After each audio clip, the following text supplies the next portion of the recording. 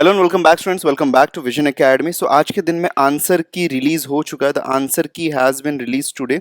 आज के दिन में रिलीज हो गया था एंड आई होप सो कि आप सभी लोगों ने चेक कर लिया होगा कि आपके कितने आंसर्स राइट आ रहे हैं, कितने आंसर्स रॉन्ग आ रहे हैं।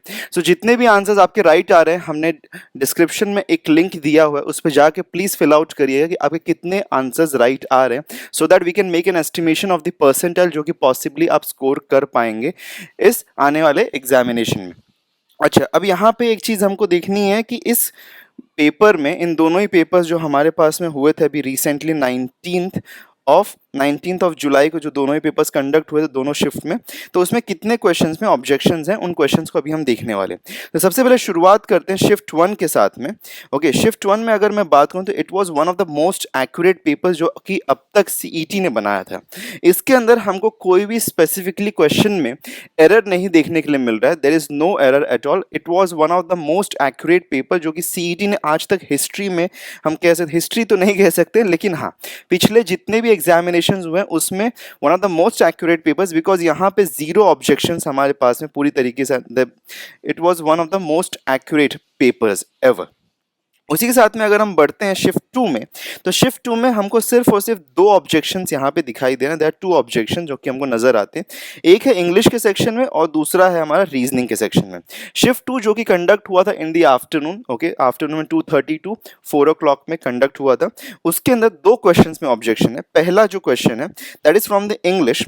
तो इंग्लिश के इस सेक्शन में अगर हम देखें तो क्वेश्चन नंबर 413312, ओके, सो 413312 ये क्वेश्चन नंबर है जहां पे इंग्लिश का ये क्वेश्चन है।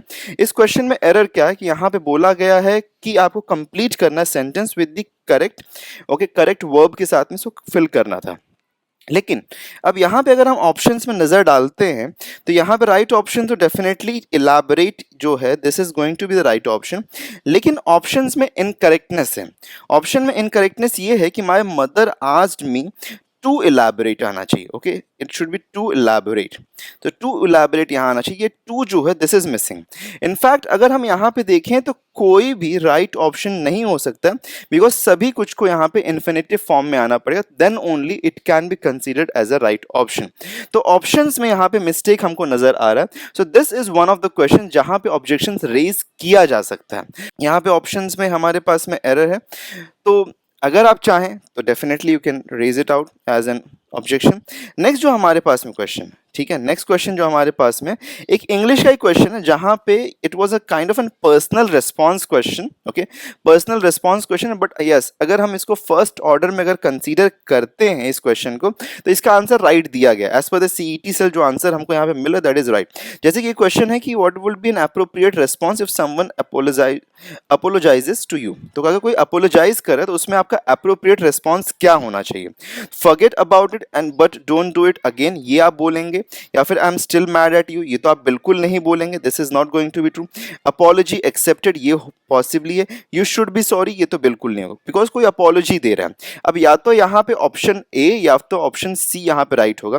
सीईटी सेल का कहना है कि यहाँ पे ये जो ऑप्शन सी है this is the right option, ठीक है, जो कि हम अगर फर्स्ट ऑर्डर में कंसीडर करें कि यस अगर कोई अपॉलॉजी कर रहा है, okay, so first thing is that कि अपॉलॉजी को एक्सेप्ट करना चाहिए, इसीलिए हम यहाँ पे अपॉलॉजी एक्सेप्टेड ये सेंटेंस को कहेंगे and this should be the right answer. Yes, इसको आप अगर समझेंगे तो this can be considered as an personal response question, but answer इसका है इनटू द ऑप्शन, तो इसको हम ऑब्जेक्टेड क्वेश्चंस में कंसीडर नहीं कर सकते हैं इसीलिए। एंड नेक्स्ट क्वेश्चन जो हमारे पास में that is from the reasoning section. तो रीजनिंग सेक्शन में अगर हम देखें it is the question number 413335, जहां पे ये क्वेश्चन था ऑफ एनालॉजी। तो ये एनालॉजी का क्वेश्चन था। तो टेलर इज फॉर सूट, ये बात हमको कही गई थी। अब देखो टेलर जो सूट बनाता है, ओके, सो टेलर यहाँ पे सूट बनाता है, तो उसी ऑर्डर में लाइक हमारे पास में मेकर है, ओके, मेकर है एंड द प्रोडक्ट है हमारे पास में।